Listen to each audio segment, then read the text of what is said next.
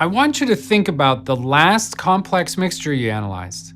You reviewed the electropherograms, you estimated the number of contributors, everything that followed, the propositions you considered, the deconvolution, the likelihood ratios, the conclusions in the report, was built on that assumption.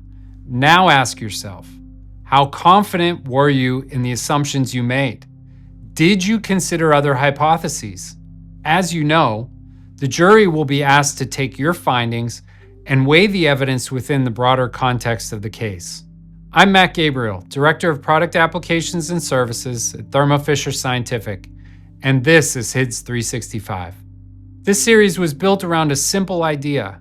When the scientists working at the forefront of forensic science share what they're learning, the entire community moves forward together. The last session examined the distinction between identification and activity.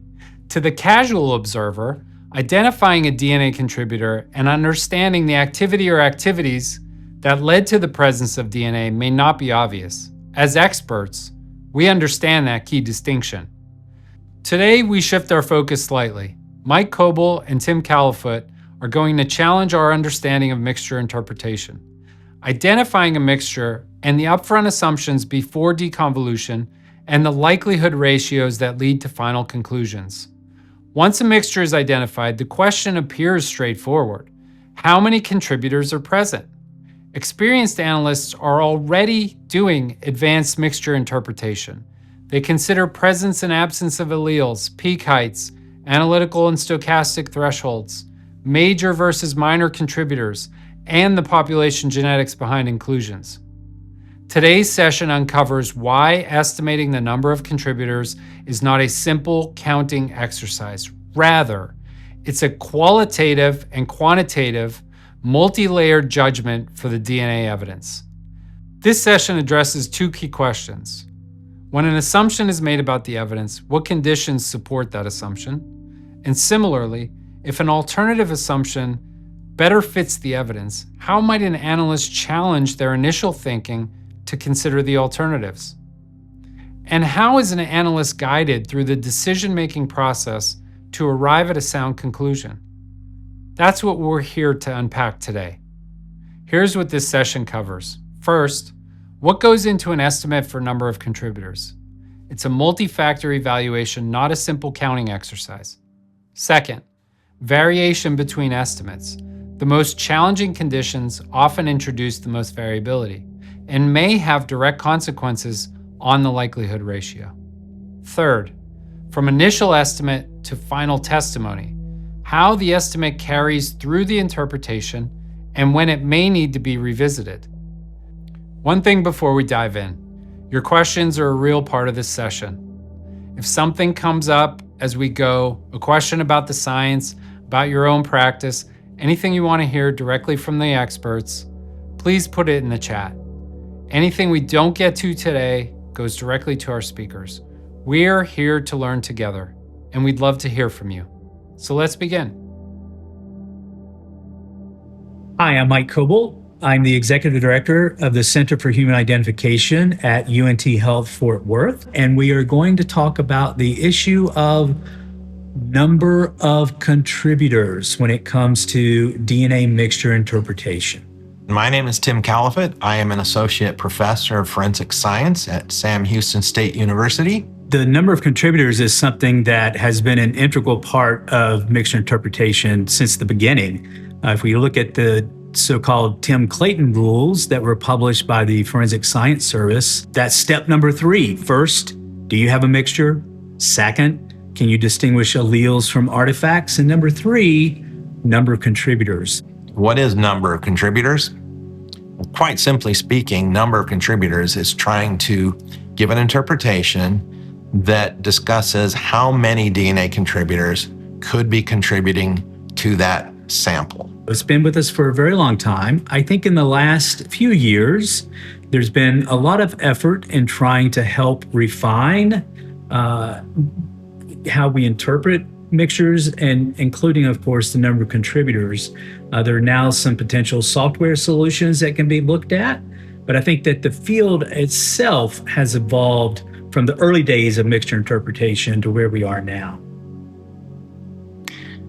I do think that the discussion of number of contributors has gone through phases in forensic science. For example, when the combined probability of inclusion was sort of the workhorse statistic, the actual number of contributors played a fairly small role in the ultimate statistic that was calculated.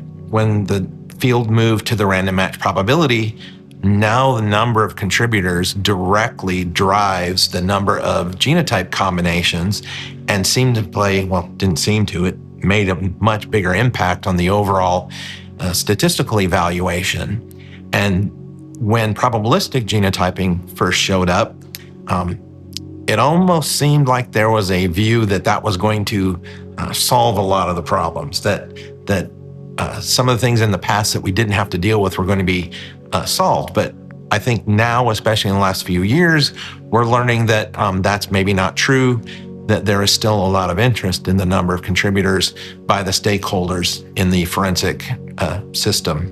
No, I agree that the introduction, and I should say the adoption, rapid adoption of probabilistic methods of interpretation have helped, I think, labs develop better protocols and better methods of interpreting number of contributors as we have progressed. So I think that, again, when you first interpret a profile, whether it's single source or a mixture, you want to look at the entire profile. You want to get a good idea. Do I have things like degradation and so forth, looking at the profile? And when you get to the point where you're trying to assign number of contributors, you can use some things like the maximum allele count.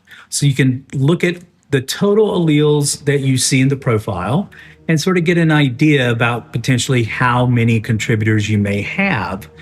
You may also look at each locus. And so the general rule of thumb is you expect in a single source sample no more than 2 alleles at each locus.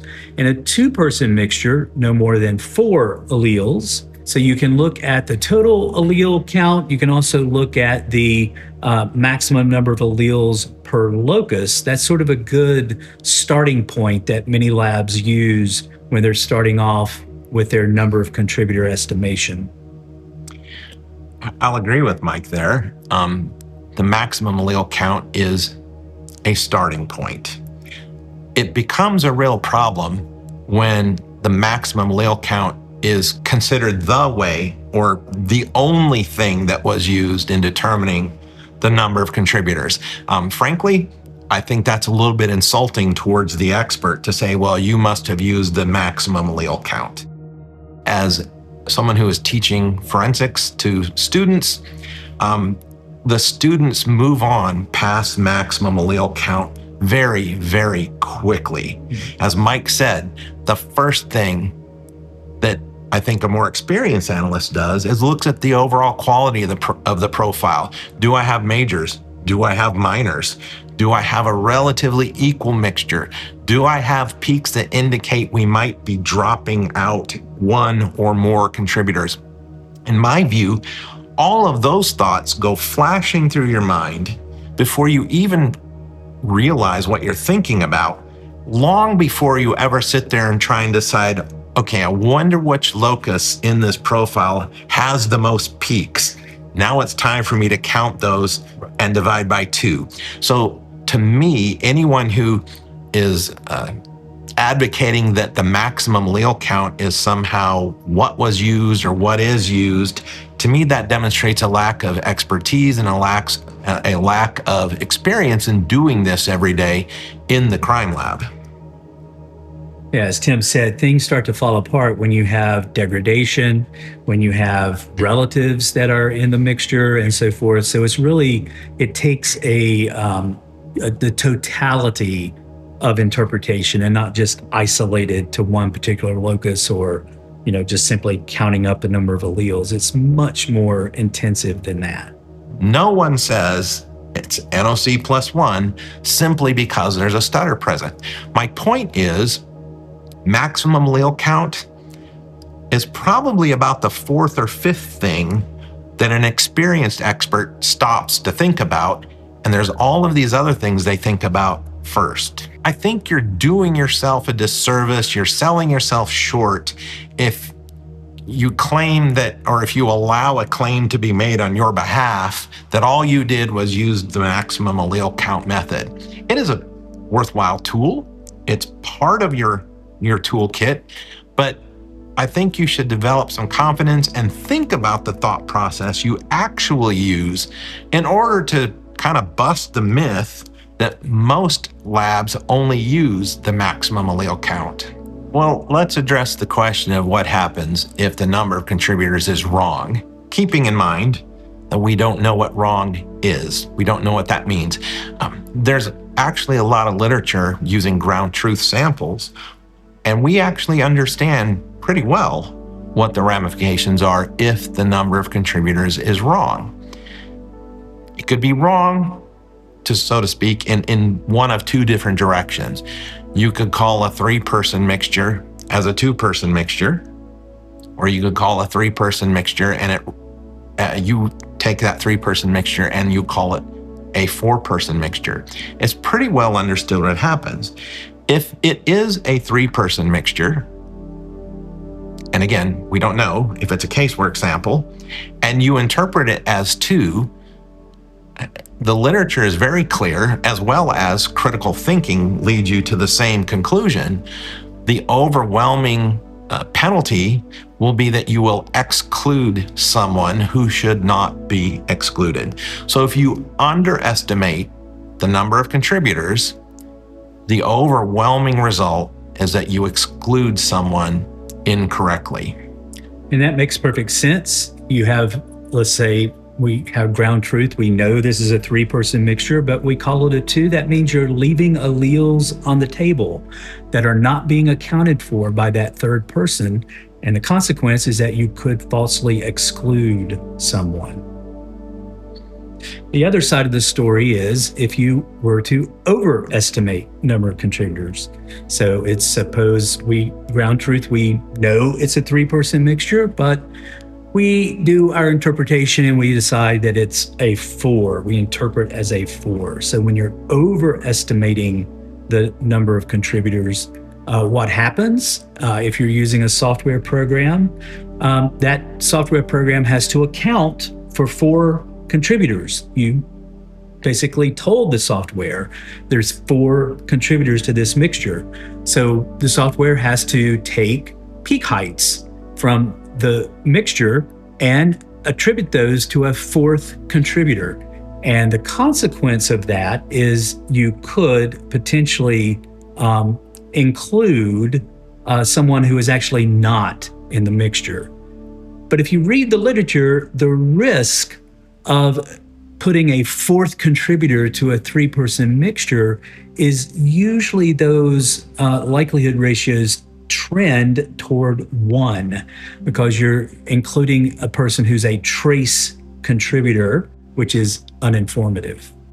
The situation where you take a 3-person mixture and interpret it as 4, as Mike said, the risk there, if you are a non-contributor, you have now opened the door for a non-contributor to be included that should not be included. The experiments that have been done to date typically show that those LRs are going to be relatively small, at least in comparison to the true donors. What we know is if you are already included as 3, and then you calculate ultimately an LR involving 4 persons, if you're a major donor, if you already have a very large LR, your LR is going to drop.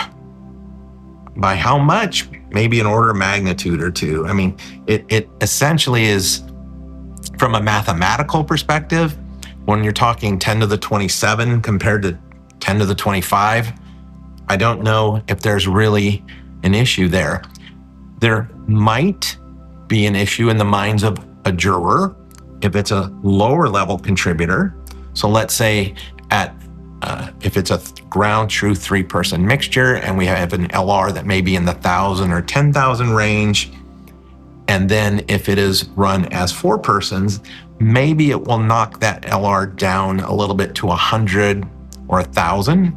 instead of 1,000 or 10,000. Now, is that enough to change the mind of a juror about whether or not this person should be considered a contributor or not? Frankly, that's up to the individual juror, just like any other bit of input the jury gets from an expert.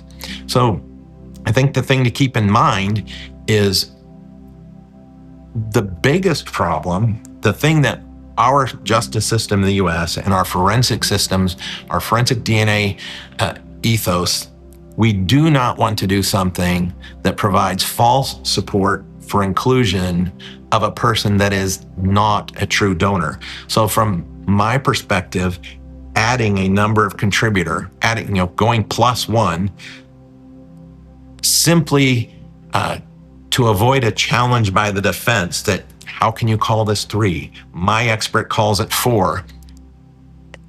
They might know enough to say that that means the LR you are presenting as 3 is a little overstating the value of the evidence. I want you to do it as 4 because it's going to knock the LR down by a magnitude or 2, or maybe a little bit more sometimes. But the reminder there is, if we do that, in order to be what appears to be conservative towards a particular donor in the mixture, we are being anti-conservative toward that person that did not actually contribute. We are opening the door for false support for an inclusion. Right. You've got laboratory protocols, you've got training samples that you've done, you've got your years of experience, you've understood nowadays the quantitative nature of DNA mixtures. You've written a report. That report has been technically reviewed. Yes, there is always going to be some uncertainty, but when you get to trial and there's a strong challenge on the number of contributors, I think that you are doing yourself and your laboratory and your protocols a disservice if the first thing you do when challenged on the number of contributors is to all of a sudden second guess what your entire interpretation has been based on. If your interpretation kind of collapses the first time it's challenged, I would say that's kind of problematic in terms of protocol and training and experience.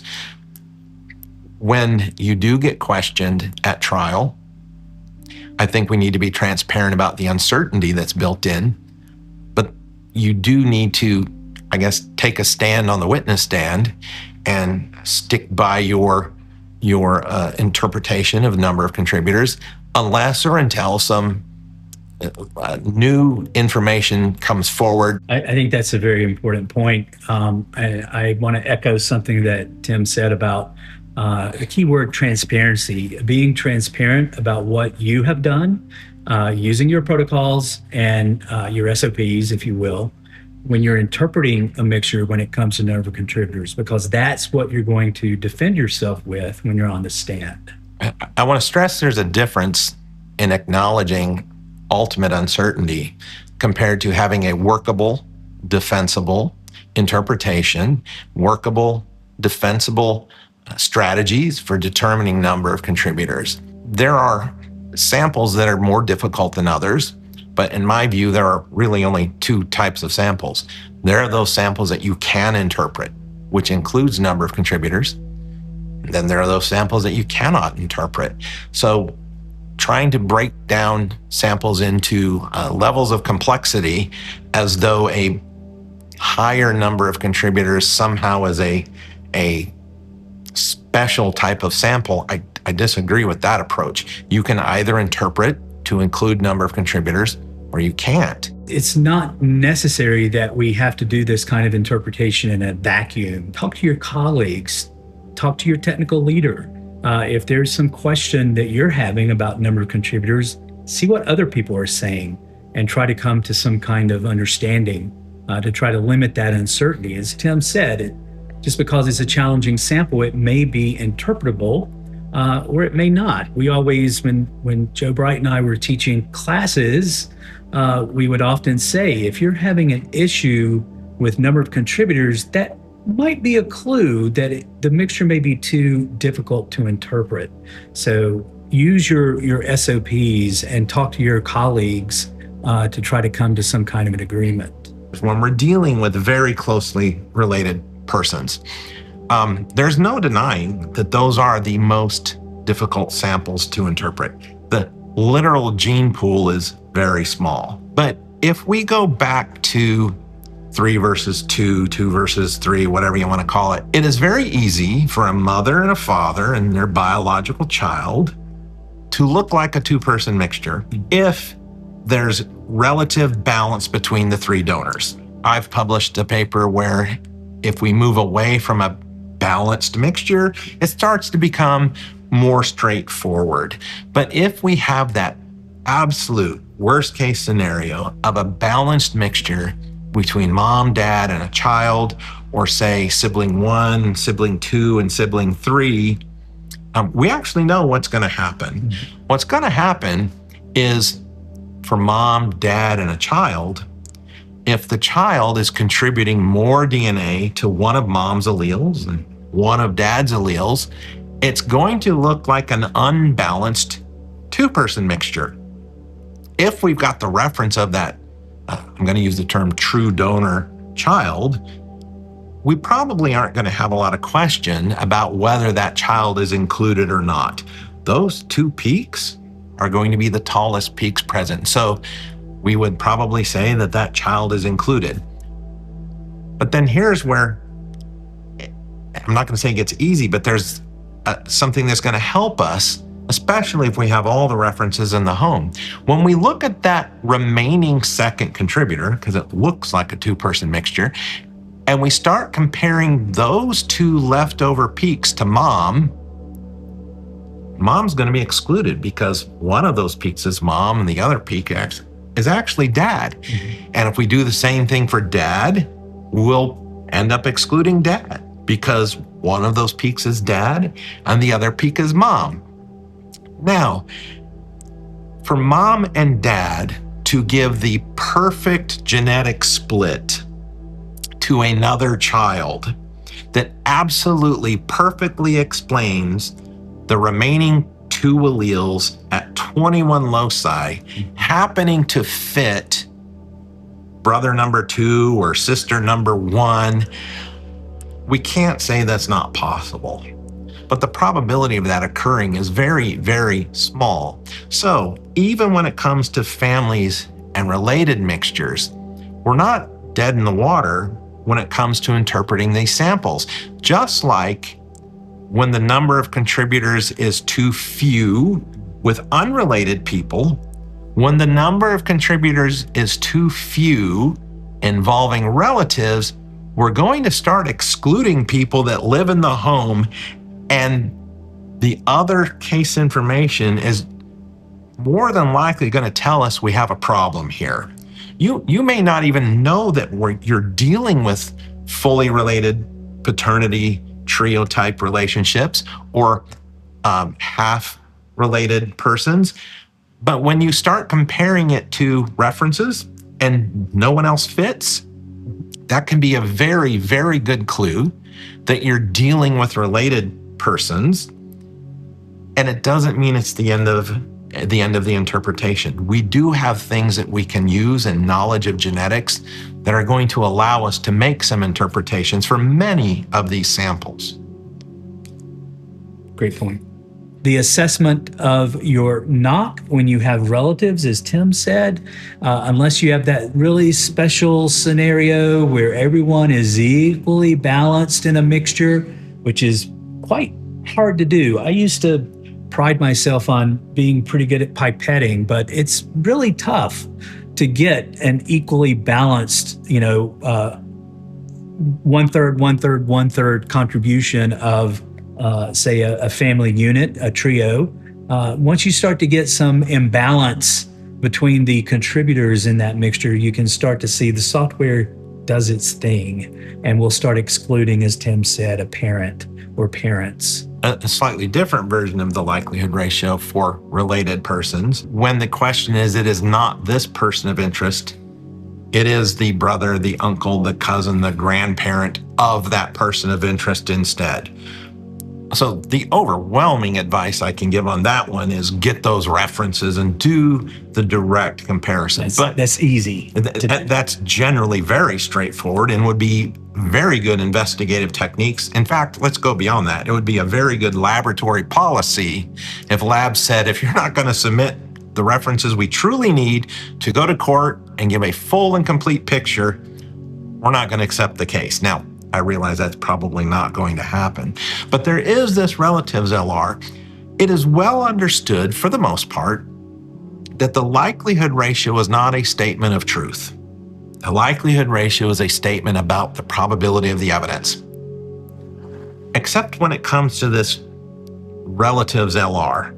Some people think if you would have done the relatives LR, you would have somehow determined which relative is the actual donor rather than the person of interest. And that's not at all what this calculation does. This calculation will tell you if the choice is between this person of interest and some unknown or untypable or unaccessible alternative family member, what would that likelihood ratio be? And the short answer is if you've got a relatively full profile, you're going to knock the LR down by a few orders of magnitude.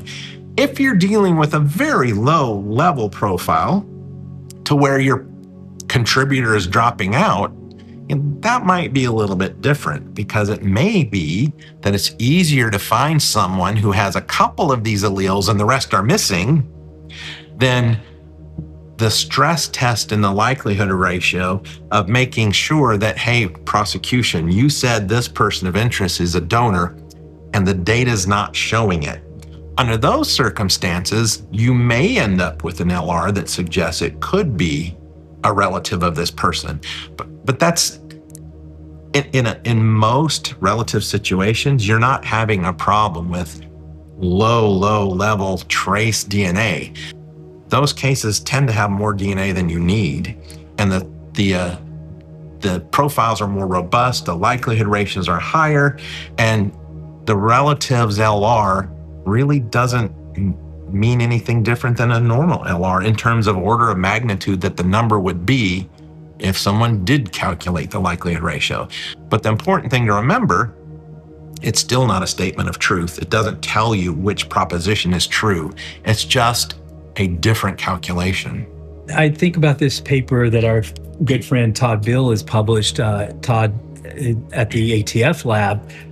They don't get to deal often with very high quality, high quantity type samples. They're looking at pipe bombs, they're looking at handguns, they're looking at things like that. And Todd and his colleagues published a paper about sometimes, they may have who knows how many people are in this mixture, but there is a very strong contributor. Say it's someone who's like a 90% contributor. And there may be 6 or 7 other minor little peaks that are showing from minor contributors that are showing up. So you can't determine a good estimate of the true number of contributors, but what you can do based upon the behavior of these probabilistic genotyping software programs is that major contributor, the likelihood ratio is probably not going to change if you call it a 2 or a 3 or a 20 person mixture. That major component is going to be the profile of interest in this particular case, and therefore you may not be able to determine a good true number of contributors, but you can estimate that one contributor that you can clearly see, the major, would stay the same based upon this study that he's published in the Journal of Forensic Sciences.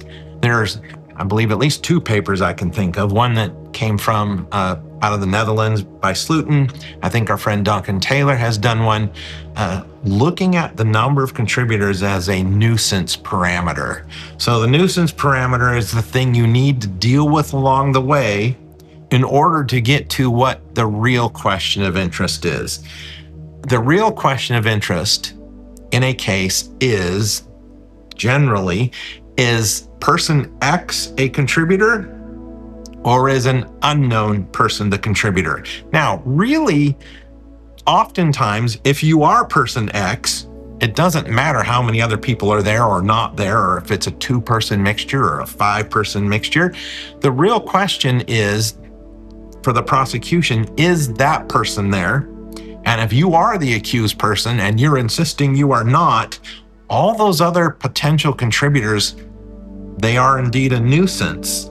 And the question that we would want to answer as the forensic analyst is, what is the probability of this evidence if Mr. X is a contributor compared to if an unknown person is a contributor?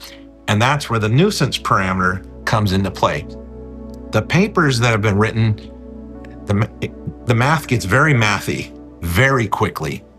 But there is a valid argument that we're maybe spinning around a lot about number of contributors, where that's not what really matters. What really matters is the person of interest a donor, or can't be excluded as a donor, or is an unknown person a donor instead of that person of interest. I think something else that we need to think about, in addition to simply looking for a solution, a software solution or some tool, is to get back to thinking the way that Ian Evatt and colleagues brought this concept back in the late 1980s of case assessment and interpretation. I know that I've given workshops about this. Colleagues have also given workshops talking about this. It's not something new. It's an old concept, if you will, as old as forensic science for DNA. But it's something that where the analysts should be doing an assessment and thinking about these potential, using that case information, that if you look at the likelihood ratio, the probability of the evidence given a hypothesis, comma, and the I, that information, relevant information to the case. And we should be using that, as Tim said, we should be using that and making our assessments not only about propositions, but potentially number of contributors as well. Well, that's a good point, Mike. I mean, we clearly won't get into activity level evaluation here today, but the CAI is a way to handle that. It's based on propositions. Calculating that actual subsource likelihood ratio is all about propositions. Why is it that we don't think of number of contributors? That's that middle step, if you will, between your case information and your likelihood ratio. Why is it that we don't consider the case information and the actual proposition at that step? To me, that's somewhat illogical.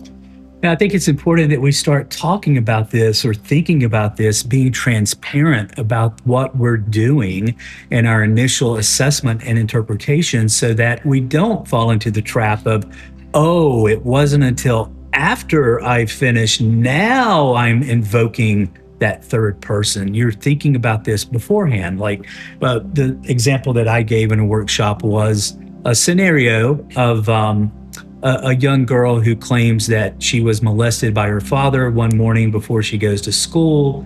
And then she goes to she's taken to the hospital for an assessment. And so start thinking about, well, okay, maybe we need to think about why STR testing. Maybe we need to think about what happens if we get a low likelihood ratio. What kind of things are we going to be doing? You start thinking about these things before you actually move into that phase where you're developing your propositions and number of contributors and so forth. Over the last several years, there have been several software tools that could potentially help with the estimation of the number of contributors. They have different modes, different methods of trying to do this. Some can be quite quick and effective at estimating knock. Others take more time, and it's a much more probabilistic approach for interpreting the number of contributors. I think that if a lab is deciding to use these kind of tools to help with the estimation of knock, there needs to be a clear understanding on the limits, just like with any software. What are the limits of the software? Have we done a good validation study and so forth to try to feel confident? But at the end of the day, it's the expert that is assigning that number of contributors. It's not entirely the software tool itself. I definitely think there is a place for these tools.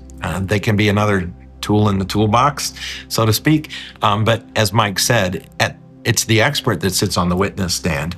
The tools, I think, have very good pros and also some cons that you have to be aware of. For example, I have in my experience a case where, by all rights, it's a straight up, very straightforward major donor and trace level minor donor mixture. It looks like two persons all day long until it got compared to the references. In the case, 3 references are submitted to the lab, and there's a major profile that matches the expected person. So there's not a lot of interest in the major. So now we're interested in this low level. We know it's a partial before we even compare it to anyone. We're interested in the second low level partial donor. And when you compare it to the first reference, there's some of the peaks in that low level profile that are found in this person's reference, but some that are not. And then when you compare it to the reference of the second person that could be of interest as that trace donor, some peaks match, some peaks do not. When you first look at this, it appears that you have an exclusion. Neither of those 2 donors can account for that second trace level donor, except all 3 references were sent at the same time. All of the case information describes a victim with 2 assailants, and both of these assailants are of interest as the 2 assailants that are alleged to have been involved in the case. This is sort of a probabilistic approach because the prosecution, or at least the investigators, definitely had a proposition. Their proposition is that this victim and these 2 people may have something to do with the DNA profile that you're going to find from this piece of evidence. The moment you start interpreting that sample, thinking of those terms, is the prosecution's proposition supported by this evidence, you realize that that trace donor can be a composite of the 2 references that were submitted. So the answer, in my view, is yes. This evidence actually does support the prosecution's proposition that it is 3 people. But since we are now in a likelihood ratio driven environment, I think there's an argument to be made that we should be considering the proposition to include potential number of contributors and not just blindly assign a number of contributors. That leads me to what the tools can do. Let's say you've got some of these tools and you spin your mixture through these tools, and now the tool comes back and says, hey, there's a 60% chance this is 2, there's a 40% chance there's 3. In this situation, these tools have just opened the door, so to speak, that you can have an objective, unbiased, data-driven assessment that this could actually be 3 persons. So there is a place for tools. There is a way that tools can perhaps definitely improve the information that we're pulling from the sample and ultimately give us verification when we go off to trial. Now, in the case I'm describing, thankfully, maybe you have a little bit of extract left and you can do the YSTR test on it, and lo and behold, you find 2 male profiles in that Y amplification. Granted, they're a 50-50 mixture, so we can't do any direct interpretation of that Y profile, but you just did confirm that there are 2 males of approximately equal proportion in this sample, and that's supportive of your initial change, if you will, from 2 contributors if you're blind to 3 contributors if you're thinking about the proposition that you have been asked to evaluate. So the tools offer a way forward in that area. As far as the tools go, I mentioned pros and I tried to give an example. the biggest problem, potential problem that I see with the tools is what happens if you have the scenario where there's a 40% chance that it's a 3-person mixture and a 60% chance that it's a 4-person mixture, and the person of interest fits, if you will, if it's 4 persons, but is excluded if it's 3 persons. Does that mean there's now you've got this likelihood ratio given 4 contributors that's some gigantic number that most human beings can't even comprehend? Except, is there an argument that there's actually never mind that big number, there's actually a 40% chance that this person is excluded and has nothing to do with it? Like any other aspect of your protocol and your SOP and your training, you need to have a plan for how to deal with that when those questions show up at court. That's right. Be prepared. Be prepared. What if you get that situation where you have estimated knock to be 4, but the opposing expert says, no, I think it's 3. Look, we ran it through the software. 3 is a possibility. How are you going to explain that? How do you explain that to the judge and jury? So be prepared. And again, be transparent about what you're doing. Whether you're doing this kind of old school manually, or whether you have these tools, at the end of the day, I think it is our duty as the trained scientist to give it our best shot. But we have to, again, be transparent about those limitations. But as far as the nuts and bolts of what I do, I will lay out why I think this is 3, or I will lay out why I think this is 4. We can actually sometimes we may need to put the electropharogram up on the screen in front of the jury and walk through it sort of locus by locus. I suppose I have transcripts out there somewhere where I'm asked, what if it's 4? And my response is, I called it 3. But what is it? What if it is 4? And my response is, I called it 3. You're going to have to find someone else to answer that question about what if it is 4. Does that mean I know the ground truth? No, absolutely not. There's a question in casework, what is ground truth anyway? I mean, assuming ground truth could be known, what would the source of that ground truth be? Would it be the prosecution's side of the story or the victim's side of the story, saying that X number of people were involved?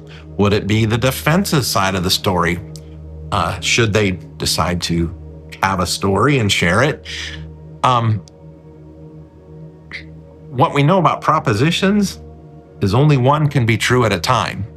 And we as a forensic scientist don't make the decision about what is true at all.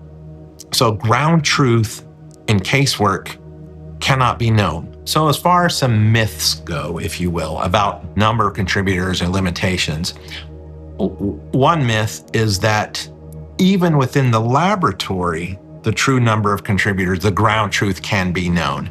And I say that because we accept that ground truth is not known for casework. It goes back to what I was talking about earlier, that somehow if you prepare a mixture ahead of time in the lab, that you're going to detect the ground truth number of contributors that you put into that tube. The truth of it is, ground truth is based on the observable DNA profile that shows up in the mixture. That's the only definition of ground truth we can have. That's a little bit problematic in terms of people wanting to accept that when it comes to casework, because there is uncertainty. But if you were to do a calibration exercise within your lab, you're going to find out that even when you know ground truth, being able to assess ground truth is probably still a myth. It does not mean that we are dead in the water and can no longer continue with our evaluation. It reminds me of the quote by George Box, where it says, all models are wrong, some are useful. The more we understand about our model, whatever model that is, whether it's a tool whether it's manual interpretation, the more you understand about how you determine number of contributors, the better your assessment and the better your interpretation and the better your defense of that opinion at court will be. So what is a plan when you get into court and you're suddenly you're hit with questions about your assessment on number of contributors, your questions about did you consider relatives in this mixture? This is where it's important for you and your laboratory to develop that plan of how are we going to defend our assessments on number of contributors before you ever get to court, so that it's something that you can rely upon. We've done validation studies. We do regular sort of proficiency tests where our technical leader will create some mixtures and blindly give it to the analysts, and we have to do the interpretation without knowing the ground truth. The only person who knows the ground truth is my technical leader, and then we'll get assessed on how well we did, and do we need to do some additional training and so forth, or additional work. What about relatives? Have you done those studies as part of your validation? It's not just doing a study with related individuals to see what the prop gen software is giving you. It's also looking at mixtures as an interpreting analyst. What would I determine or estimate the knock on this mixture to be? So it's that kind of thing that you need to put in place, have those protocols and understand them. And again, it's not something that's simply written in the stone tablets. It's something to be discussed and talked about regularly with you and your fellow analysts and your leadership on ways that we can improve. And when we have challenging cases, how are we going to handle this? What are some of the questions we may get when it comes time to testify? I think a nuts and bolts thing to the plan that Mike is sort of talking about, it's described by the word calibration. So we focus on validation, when I think we should maybe, especially for number of contributors, we should focus on calibration. So I think one of the nuts and bolts things an organization could do with their experts, with their staff, is to create in-house mixtures. Pull out some of those things that the validation team did last year when they were validating the new kit or the new quant machine, wherever it was, and use those mixtures, hiding the ground truth from staff, and determine, have a number of contributors of the week problem or something. And the idea would be to share the ground truth later on, and then your staff can learn how well calibrated are they. If ground truth is 4, how often as a group, what's your overall rating of getting it correct and calling it 4? What are you as an individual over time? How well are you calibrated to what is ground truth? I think some of these calibration studies or calibration practical exercises, I think they could go a long ways later on at court by saying, here's a piece of what my lab does. We routinely give each other mixtures where we know the ground truth, and we make sure they're difficult. We make sure that they're those 3 versus 4, 4 versus 5.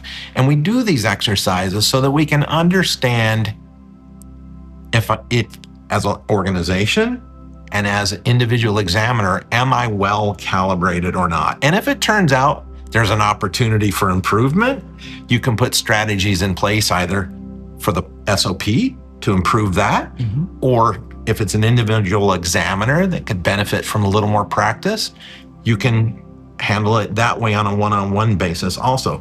I don't think we use calibration as well as we could. And at the end of the day, I kind of think calibration is probably the best way to handle these number of contributors questions. Exactly. We are affecting the lives of people. We're affecting the lives of the victims and the suspects and their families. But there's another group of people in the courtroom that I think ends up being affected by the overall process, and that's the jury. I think it's our duty to do the best we can, to not be wishy-washy, to give the jury something that they truly can consider. It's okay to sometimes say, I can't answer that. That's not the same thing as being wishy-washy. You can be definitive about, I don't know, if that's the correct answer.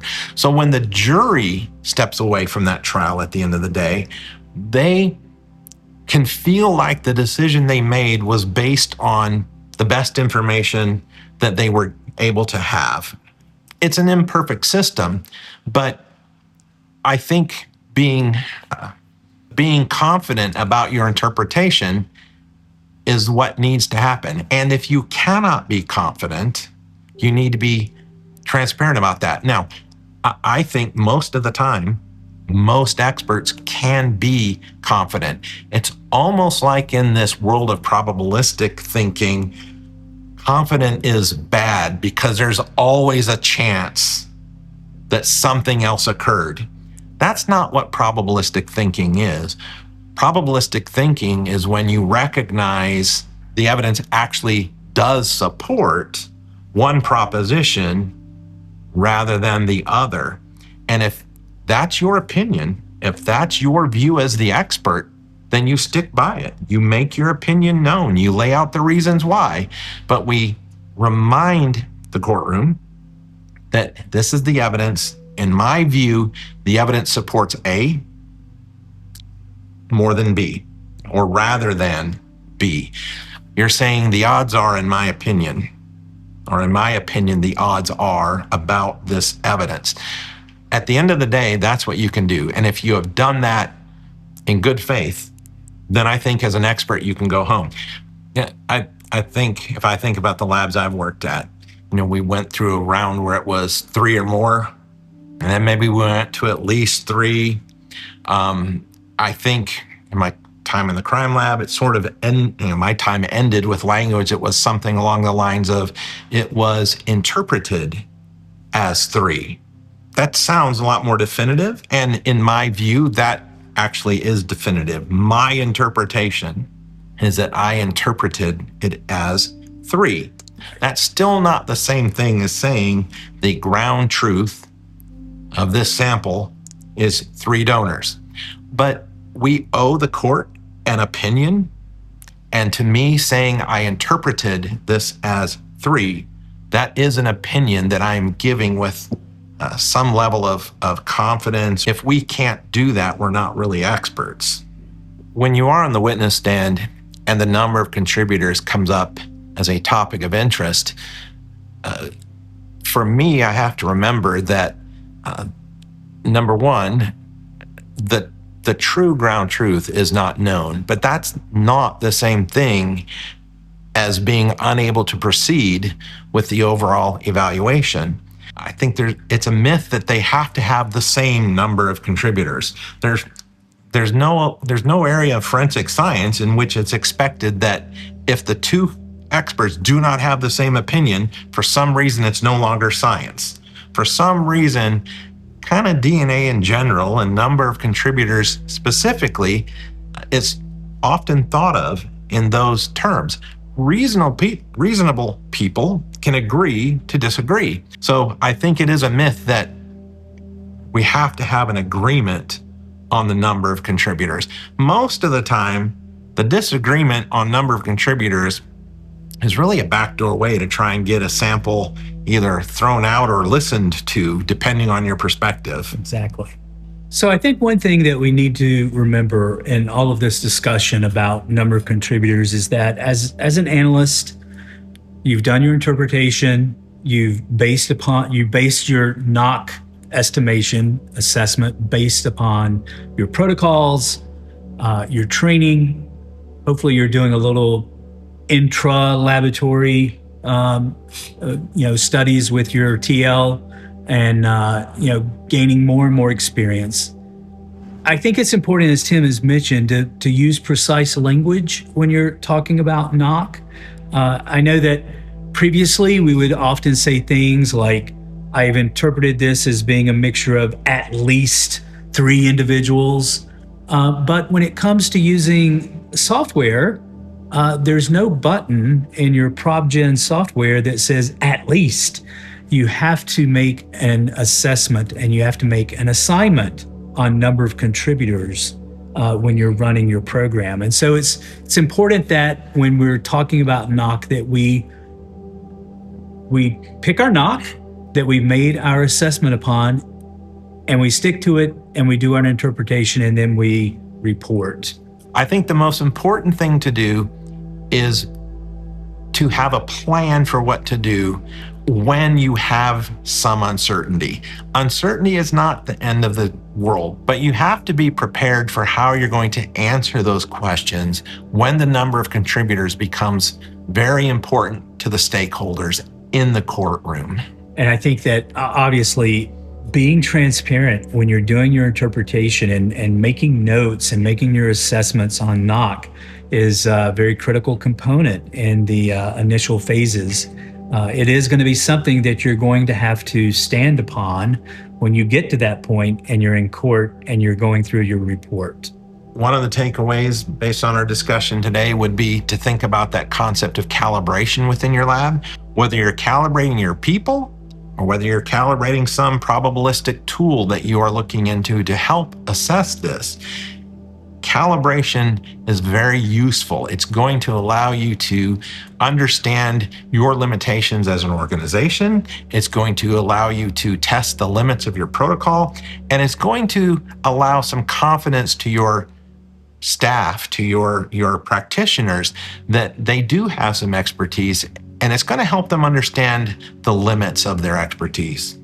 I think another key takeaway is your laboratory may not have a formal case assessment and interpretation framework, but it's certainly one that's worth looking into. As I mentioned earlier, it's been around for a long time, and it's just simply thinking about the steps that you're going to take as you move forward, but you're doing that before you start doing any comparisons or when you're formulating your proposition. So incorporating that framework of case assessment and interpretation can help, especially if your number of contributors, there's some uncertainty there.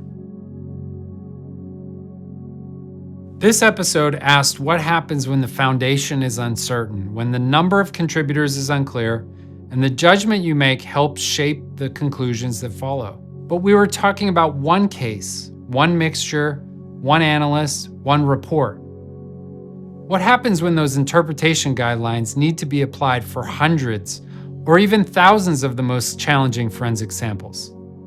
When operations face compressed timelines, scrutiny, and families who are waiting for answers about loved ones they've lost? What happens when forensic science is heavily scrutinized and yet deeply human? That's episode 3, Identification Under Pressure, Scale, Disaster, and Response. Before we close out, this session will be available on demand for you to rewatch anytime. You'll also receive an email with a link to your continuing education certificate.